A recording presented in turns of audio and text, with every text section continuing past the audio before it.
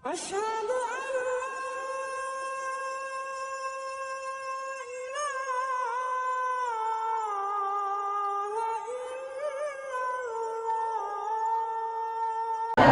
Ya, mari kita mulai dengan baca surah Al-Fatihah. Iya, kenal.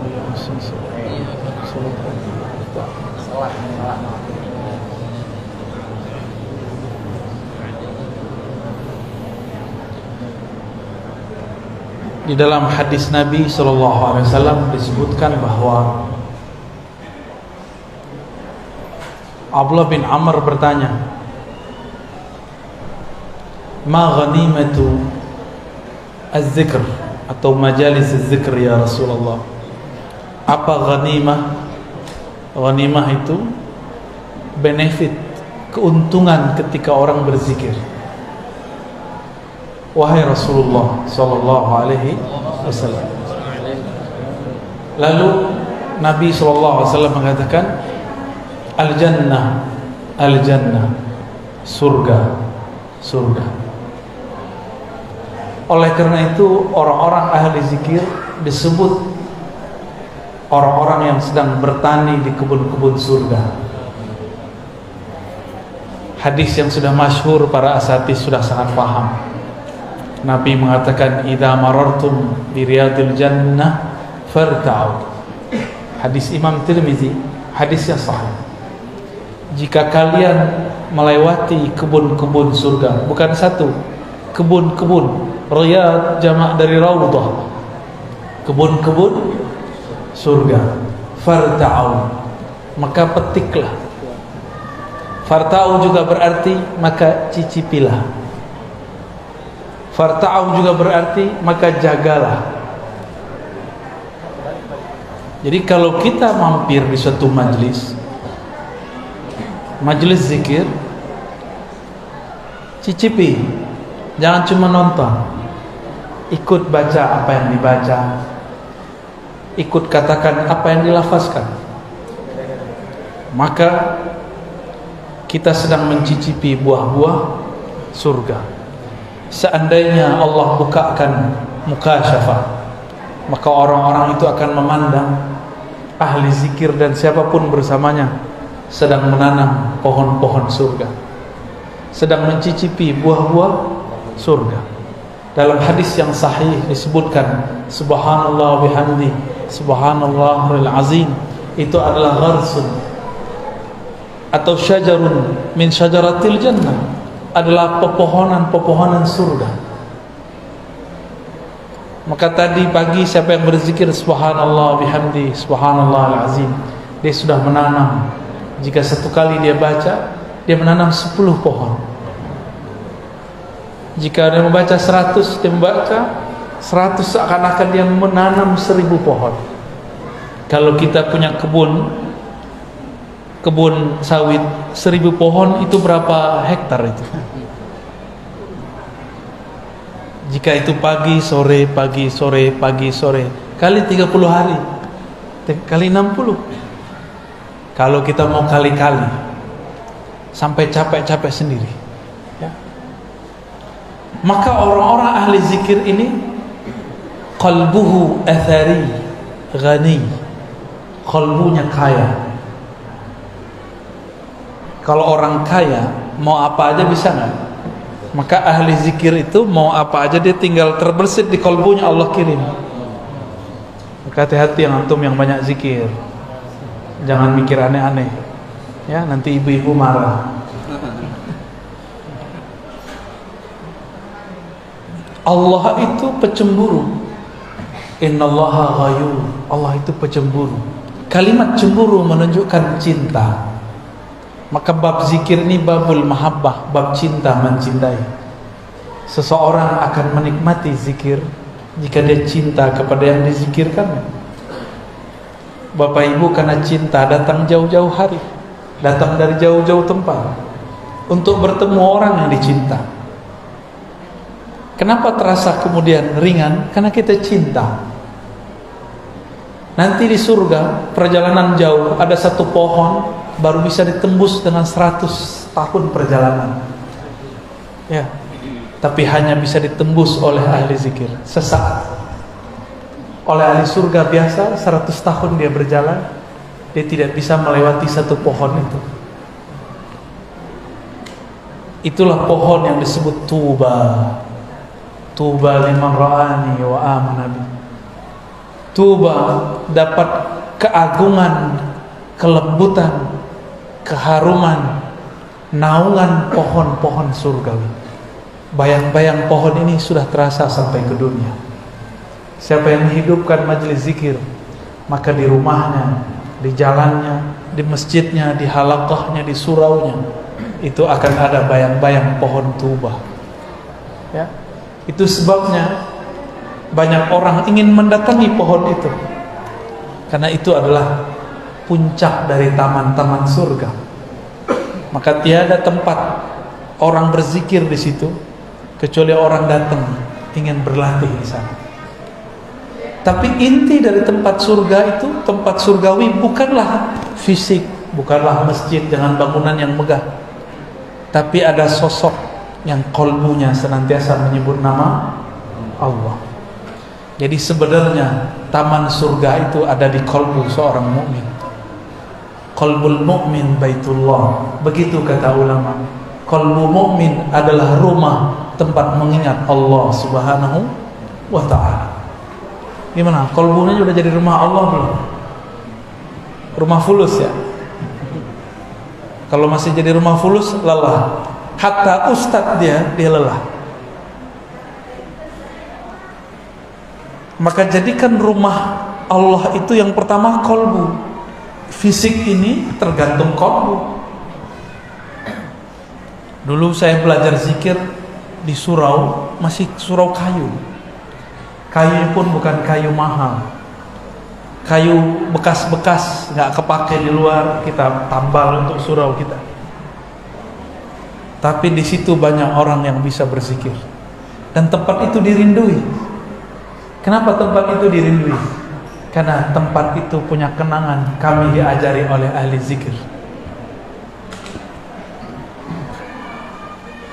Ternyata ada kabar gembira.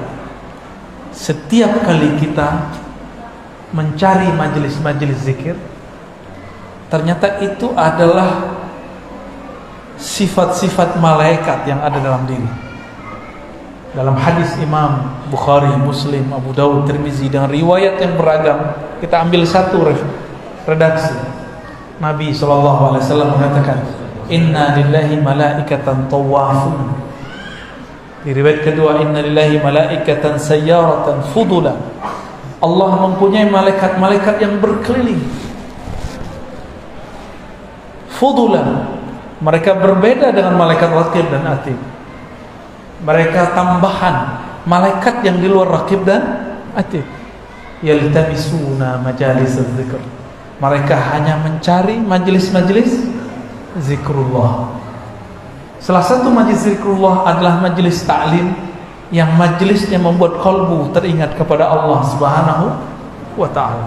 Banyak sekarang majelis ta'lim isinya bukan ta'lim, tapi tal'in, melaknat, tabdi', membidah-bidahkan, mukhasamah, saling bermusuhan, ghaibah, menggibah orang, merendahkan kelompok yang berbeda dengan dia. Itu bukan majelis yang dicari malaikat ini. Malaikat ini hanya mencari majelis-majelis yang kalam murabbinya, gurunya, syekhnya, tuan gurunya mengingatkan kita kepada Allah Subhanahu wa ta'ala. Satu malaikat dicipta, Allah kasih kepadanya satu zikir, atau dua zikir, atau tiga zikir, atau banyak zikir. Yang paling banyak adalah Sayyidina Jibril. Sebenarnya di samping Sayyidina Jibril dulu ada namanya Azazil, dia juga banyak zikir. Cuma sayang, dia berzikir dengan nafsu, ingin jadi wali, ingin jadi orang sakti, ingin jadi orang terbaik dengan zikirnya. Maka kemudian dia dipecat dari kalangan malaikat. Jadi malaikat ada yang dipecat. Itu Azazil. Ada yang Harut Marut. Itu baru beberapa kisah malaikat. Masih banyak malaikat-malaikat yang lain. Tapi si Azazil diangkat untuk bisa memimpin surga itu juga karena zikir. Jadi jika ingin jalan-jalan ke surga, banyak-banyaklah zikrullah. Ya. Apa tanda aroma surga sudah masuk ke dalam diri? Ketenangan dalam jiwa sudah masuk. Berarti sebenarnya sudah pindah alam. Cuma kita masih merasa di sini. Itu yang disebut dalam hadis Imam Muslim, "Ma min qaumin yaq'adu fi maq'adin." Tidaklah ada sekelompok orang berduduk di suatu majlis, yazkurunallah, mereka sebut-sebut nama Allah. Mereka berarti berjamaah. Mereka berjamaah. Kecuali hafat bihimul malaikah. Maka malaikat yang tadi yang disebut malaikat sayyarah, malaikat yang mirip seperti mobil, cuma dia bersayap, terbang kemana-mana, hafat, akan menghubungi mereka. Dalam hadis Imam Muslim dikatakan, mereka antri berlapis-lapis sampai ke langit sana. Jadi kalau makanya tadi kita buka kajian Al-Fatihah, itu cara menghimbau malaikat tadi. Mereka lagi banyak tuh sampai ke atas. Teman tuh nggak lihat kan? Kalau lihat pada kabur paling, pingsan paling. Ya. Ngelihat ada orang bersayap kan pusing. Ya. Apabila mereka ketemu, maka dia berteriak kepada malaikat yang sedang mencari di ujung bumi sana, halummu ila hajatikum, ayo ini tempat hajatmu, tempat orang berzikir. Itulah yang disebut ahli zikir itu masyhur di kalangan malaikat. Baru dia masyhur viral di YouTube. Ngapain viral di YouTube kalau nggak masyhur di kalangan malaikat di alam malakut? Jadi channel malakut dulu terkenal, baru channel YouTube. Ya, YouTube nggak masuk ke alam, itu alam maya itu. Tapi kalau malakut, di sana ada zikir berlapis-lapis. Sampai ke langit pertama, kedua, ketiga, keempat, itu malaikat zikir semua. Jadi Nabi ketika dia naikkan ke atas, beliau mendengar ada malaikat berzikir, subhanallah bihamdihi subhanallahil azim. Diturunkan jadi zikir pagi sore, jadi zikir yasinan. Jadi kita zikir begitu sedang meniru para malaikat. Maka ini kabar gembira bagi teman-teman sahabat, bapak ibu yang datang ke majelis zikir.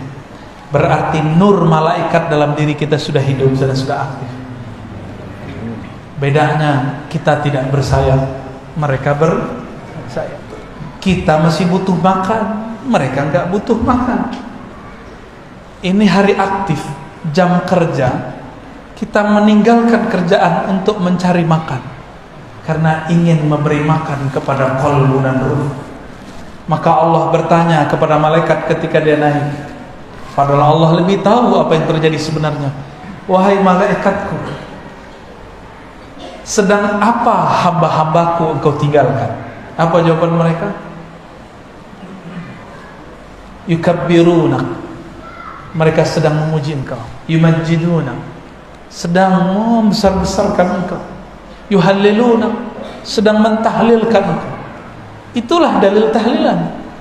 Yuhallilun, mereka bertahlil. Dan tidak disebutkan di hadis itu tahlil mau acara apa, bebas. Yang penting tahlil. Mau tahlil lagi kematian, mau kehidupan, mau kelahiran, mau syukuran, terserah. Mau ba'da sholat, di luar sholat, tidak ada pembatasan. Allah tidak membatasi. Kenapa ada orang membatasi? Ya. Maka selamat jadi ahli tahlilan. Ya. Bukan hanya bawa berkat itu cuma untuk perut.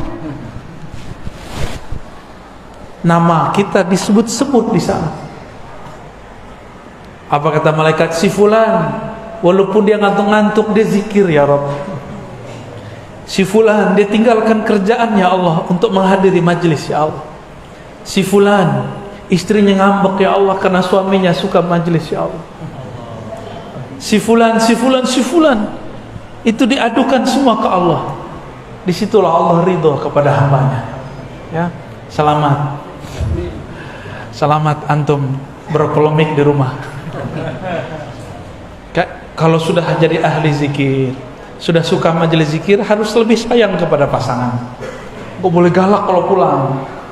Kalau pasangan kita bilang, keluar mulu, jangan diketusin lagi, dia sudah kesepian. Ya, ekspresikan sayang kita kepada hamba-hamba Allah. Pertanyaan pertama kali kepadanya. Ahli zikir harus lebih sayang kepada pasangannya daripada orang yang tidak suka berzikir. Karena Allah mengatakan, irhamu fil ard yarhamukum man fis sama. Sayangi yang di bumi, sayangi maka engkau akan disayang yang di langit. Ya, jangan galak-galak sama istri ya. Ini ibu-ibu, jangan galak-galak sama suami. Kalau perempuan, suaminya minta, "Dek, kamu di rumah," maka yang afdal di rumah. Ya, tapi kalau suami, "Mas, Bang," kalau di sini panggil Bang ya, "Bang, di rumah aja Bang." Sabar Dek, kan kita udah pasti udah akan nikah, udah gak kemana-mana Abang. Abang mau cari Nur biar tambah sayang sama adek. Gombal. Itu gombalnya Dr. Thohir itu. Lalu bagaimana cara menikmatinya? Kalau ada gelas, ada air, tapi di gelas itu ada kotoran, bisa nggak saya menikmati air? Maka cara pertama menikmati zikrullah, bersihkan tempat minumnya, bersihkan mulut kita, anggota tubuh. Berani nggak kalau lagi junub masuk masjid? Imam Ibn Athaillah As-Sakandari, penulis hikam, menyebut orang yang lalai zikrullah disebut junub ruhani. Dan itu harus ditobatkan. Astaghfirullah. Istighfarnya bukan dari dosa zahir, istighfarnya dari dosa lalai kepada Allah Subhanahu wa ta'ala. Kalau orang awam menganggap zikir itu sunat, enggak. Kalau bagi ahlul haqiqah, zikir itu wajib. Karena dalilnya, wala takun minal ghafilin. Surat Al-A'raf ayat 205 ya. Janganlah engkau menjadi orang yang lalai. Berarti lalai itu haram. Lalai itu haram. Maka ulama kita buat teknik zikir. Ada zikir 1000, 100, 1000, 5000, 70.000, sampai zikir tidak ada hitungan lagi.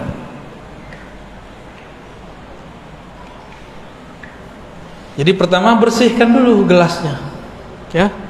Kita sebut taubat. Udah bersih, semuanya udah bersih. Tapi makan di rumah orang nggak izin, nikmat gak? Maka izin dulu, siapa yang punya air ini? Ada. Siapa yang punya zikir ini? Allah. Maka sebelum kita zikir, kita minta izin kepada Allah. Itulah rahasia syukur. Maka setelah taubat, astagfirullah, kirim Fatihah kepada Nabi, kepada silsilah yang mengajarkan zikir. Itu adalah cara minta izin. Kenapa? Man lam yashkurin nas lam yashkurillah. Yang tidak berterima kasih kepada makhluk, maka dia belum disebut berterima kasih kepada Khaliq. Dan sebaik-baik terima kasih adalah alhamdulillah. Afdalud doa alhamdulillah. Doa terbaik itu alhamdulillah. Alhamdulillah itu adalah kalimat syukur. Sering gak kirim Fatihah untuk guru? Sang Maha Guru Rasulullah Sallallahu Alaihi Wasallam, kirim untuk beliau. Terkhusus untuk Nabi ditambahkan salawat. Hadirkan, hubungkan kolbu kita dengan kolbu Rasulullah Sallallahu Alaihi Wasallam, akal kita dengan akal Rasulullah, lisan kita dengan lisan Rasulullah, jasad kita dengan jasad Rasulullah.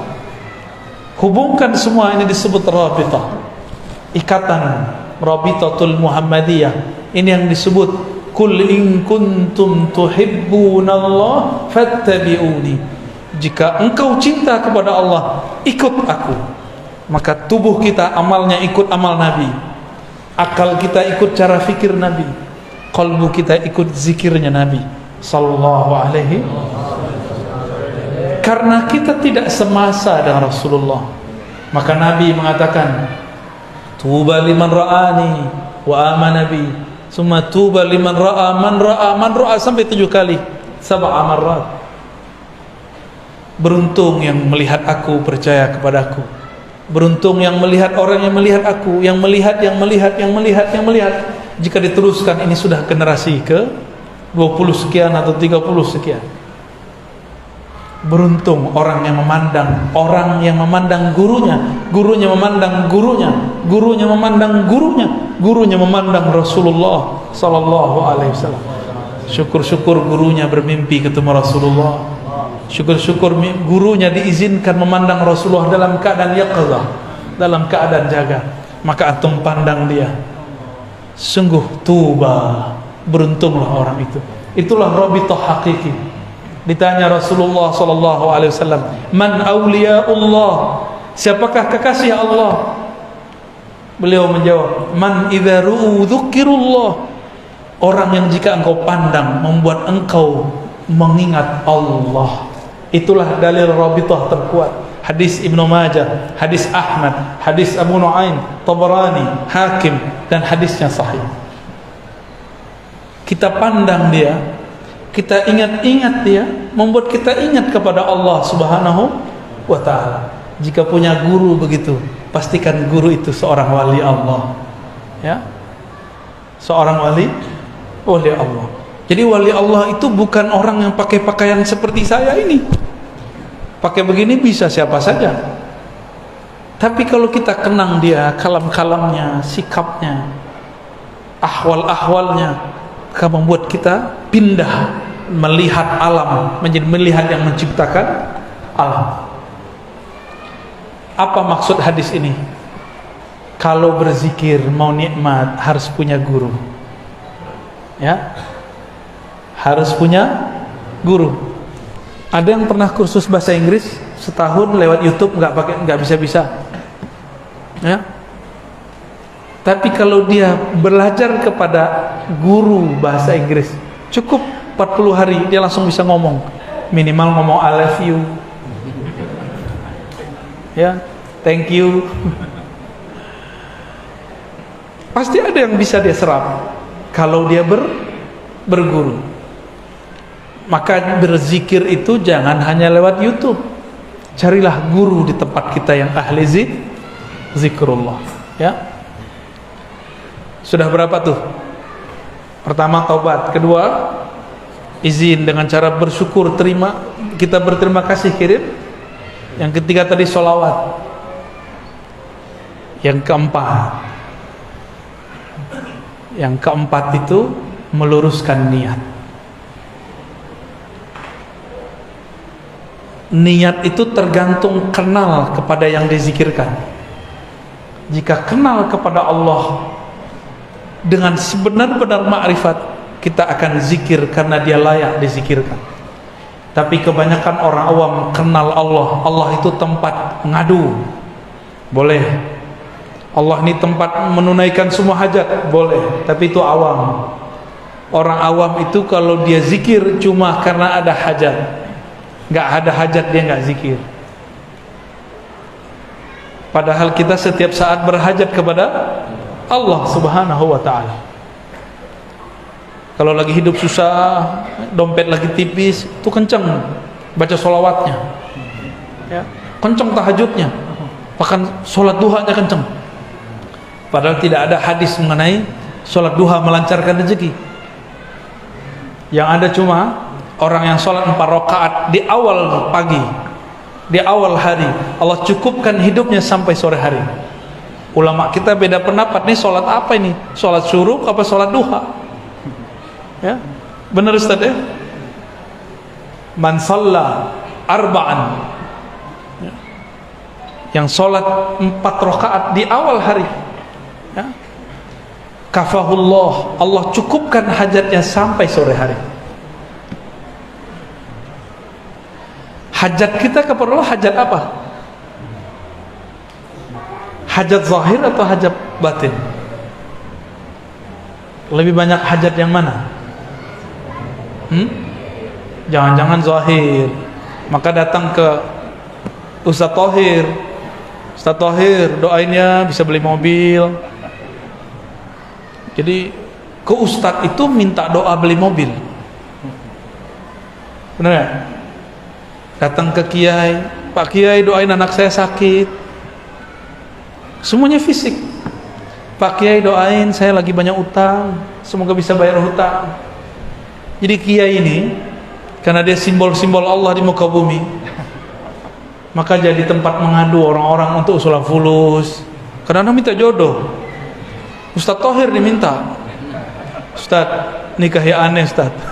Oh, salah Ustaz, tolong doakan saya semoga dapat jodoh.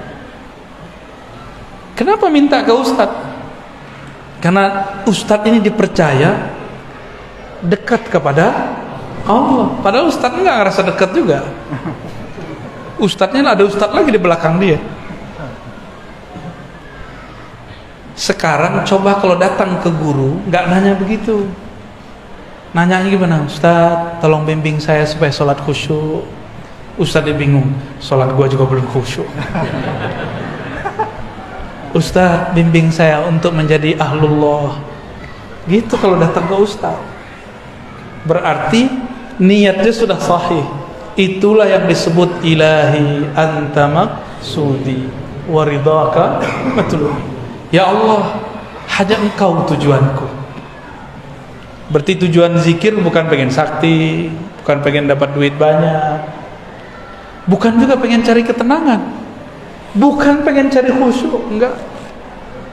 Nanti antum zikir enggak khusyuk, enggak mau zikir lagi. Ya. Jadi jangan belajar zikir karena pengen ini. Zikir itu karena supaya Allah ridho. Ridho artinya rela. Yang penting Allah rela sama kita. Allah kalau sudah ridho, hambanya ini pendosa dimaafkan. Tapi kalau Allah belum ridho, walaupun antum itu sholat sehari 700 rakaat, itu tidak diterima. Kok bisa begitu? Karena Allah belum ridho, kan yang dipandang Allah kalbunya. Jadi baca ilahi anta maksudi wa ridhaka matlubi itu penting. Disebut tashihun niyah, meluruskan niat. Kami kalau dulu belajar hadis, belajar Quran, ada namanya adab hamilil Quran atau adab talibil hadis. Adab belajar santri Quran, santri hadis. Nomor pertamanya apa? Tashihun, meluruskan niat. Tapi saya baru dibimbing meluruskan niat bukan waktu belajar hadis, waktu belajar zikrullah. Guru saya bilang luruskan niat. Dulu belajar hadis enggak, belajar aja. Walaupun kita diajarkan adab-adabnya, tapi tidak diajarkan melafazkannya. Diajarkan guru zikir, nikmat tidak nikmat ridho, khusyuk tidak khusyuk tetap ridho. Bisa nggak begitu? Zikirnya tetap jalan meskipun tidak terasa nikmat. Kenapa zikir tidak terasa nikmat? Az-zikru syifa'un. Zikir itu obat. Obat itu untuk yang berpenyakit. Obat itu murrun wala hulwun. Obat itu pasti pahit, tidak manis. Bener, obat manis apa pahit? Yang manis itu obat demam anak-anak tuh. Apa namanya? Wah, antum iklan. Tapi obat orang dewasa pahit atau manis? Pahit. Mau mengobati kalbu? Maka nikmati pahitnya zikrullah. Nikmati pahitnya tahajud. Orang tidur kita bangun. Nikmati pahitnya sedekah. Itu bertengkar loh dalam hati. Coba antum sedekah bertengkar di hati. Kasih enggak, kasih enggak, kasih enggak, kasih enggak. Enggak. Sih. Enggak sih. Pasti begitu tengkar. Udah megang tasbih. Datang syaitan. Bid'ah. Setan tuh.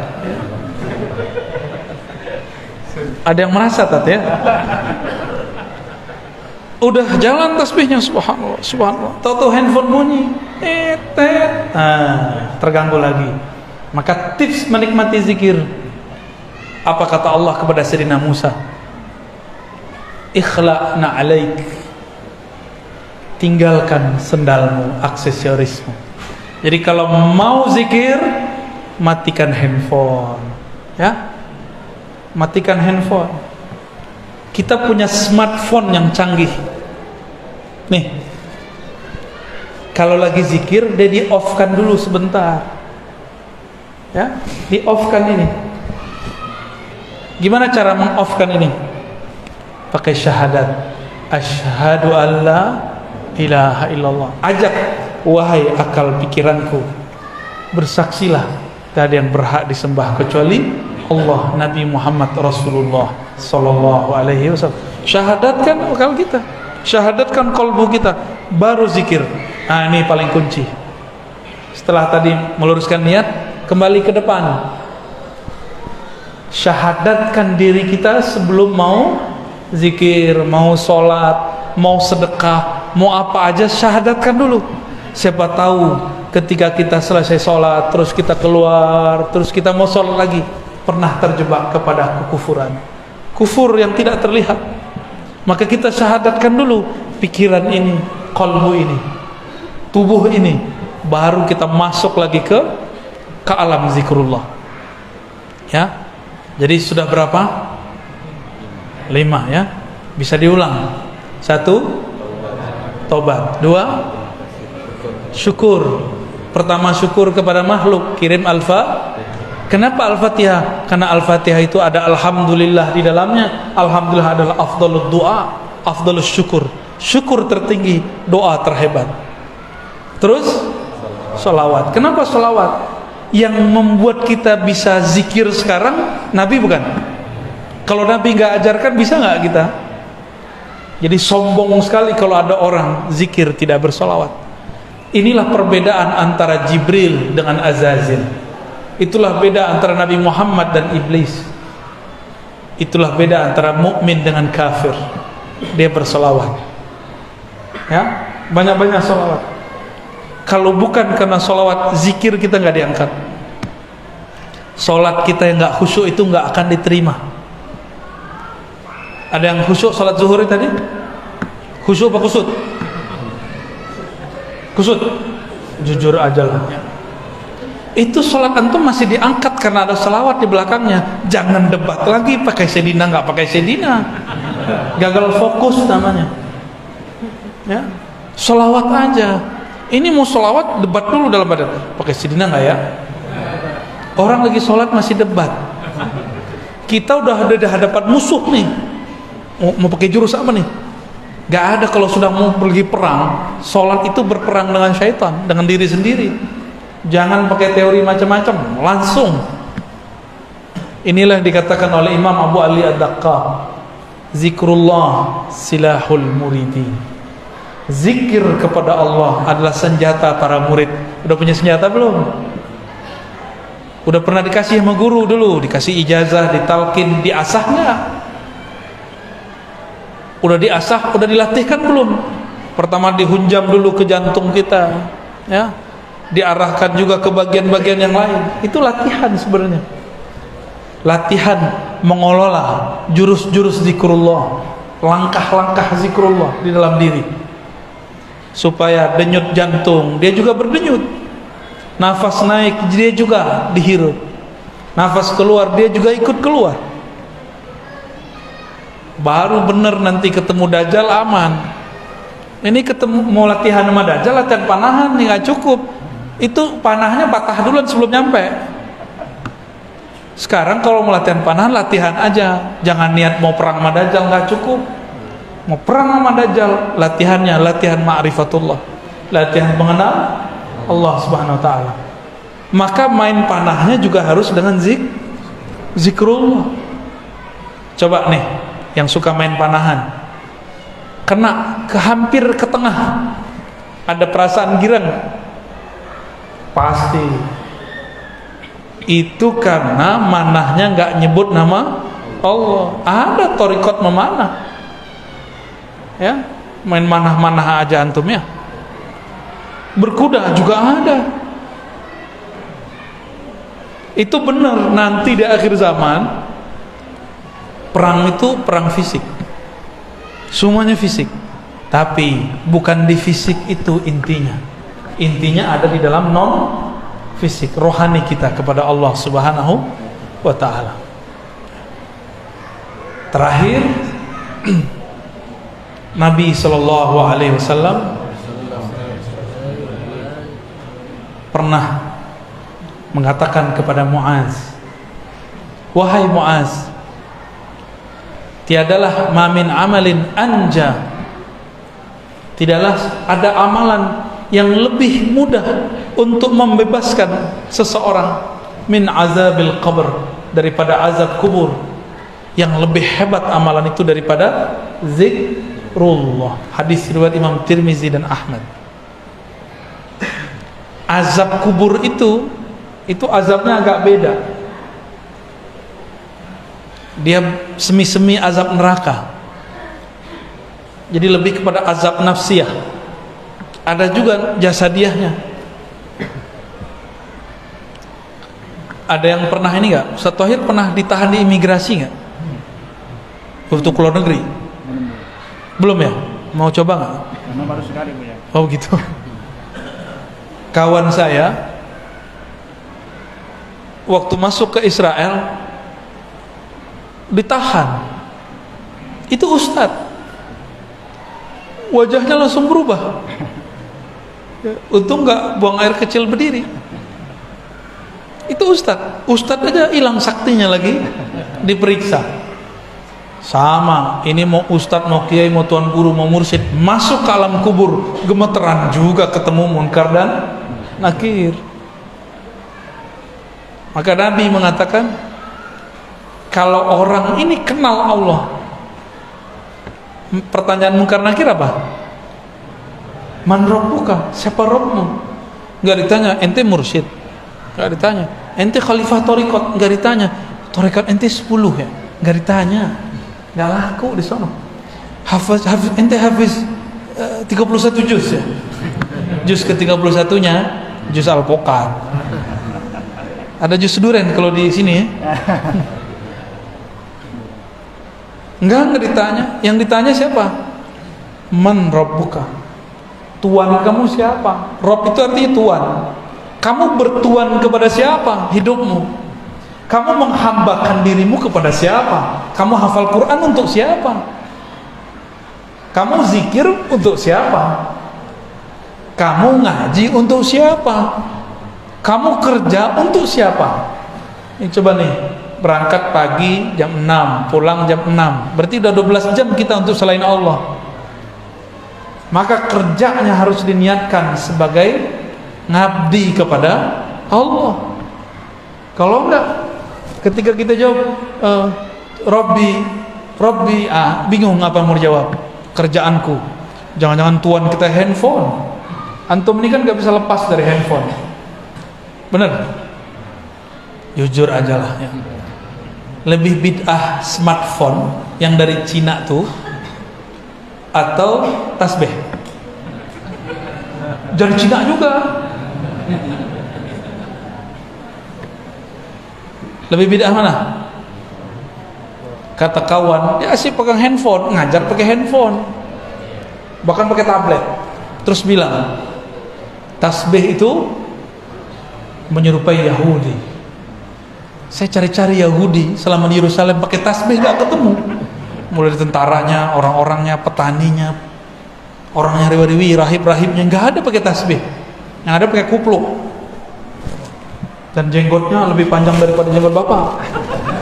Jenggot bapak itu masih kurang sunnah.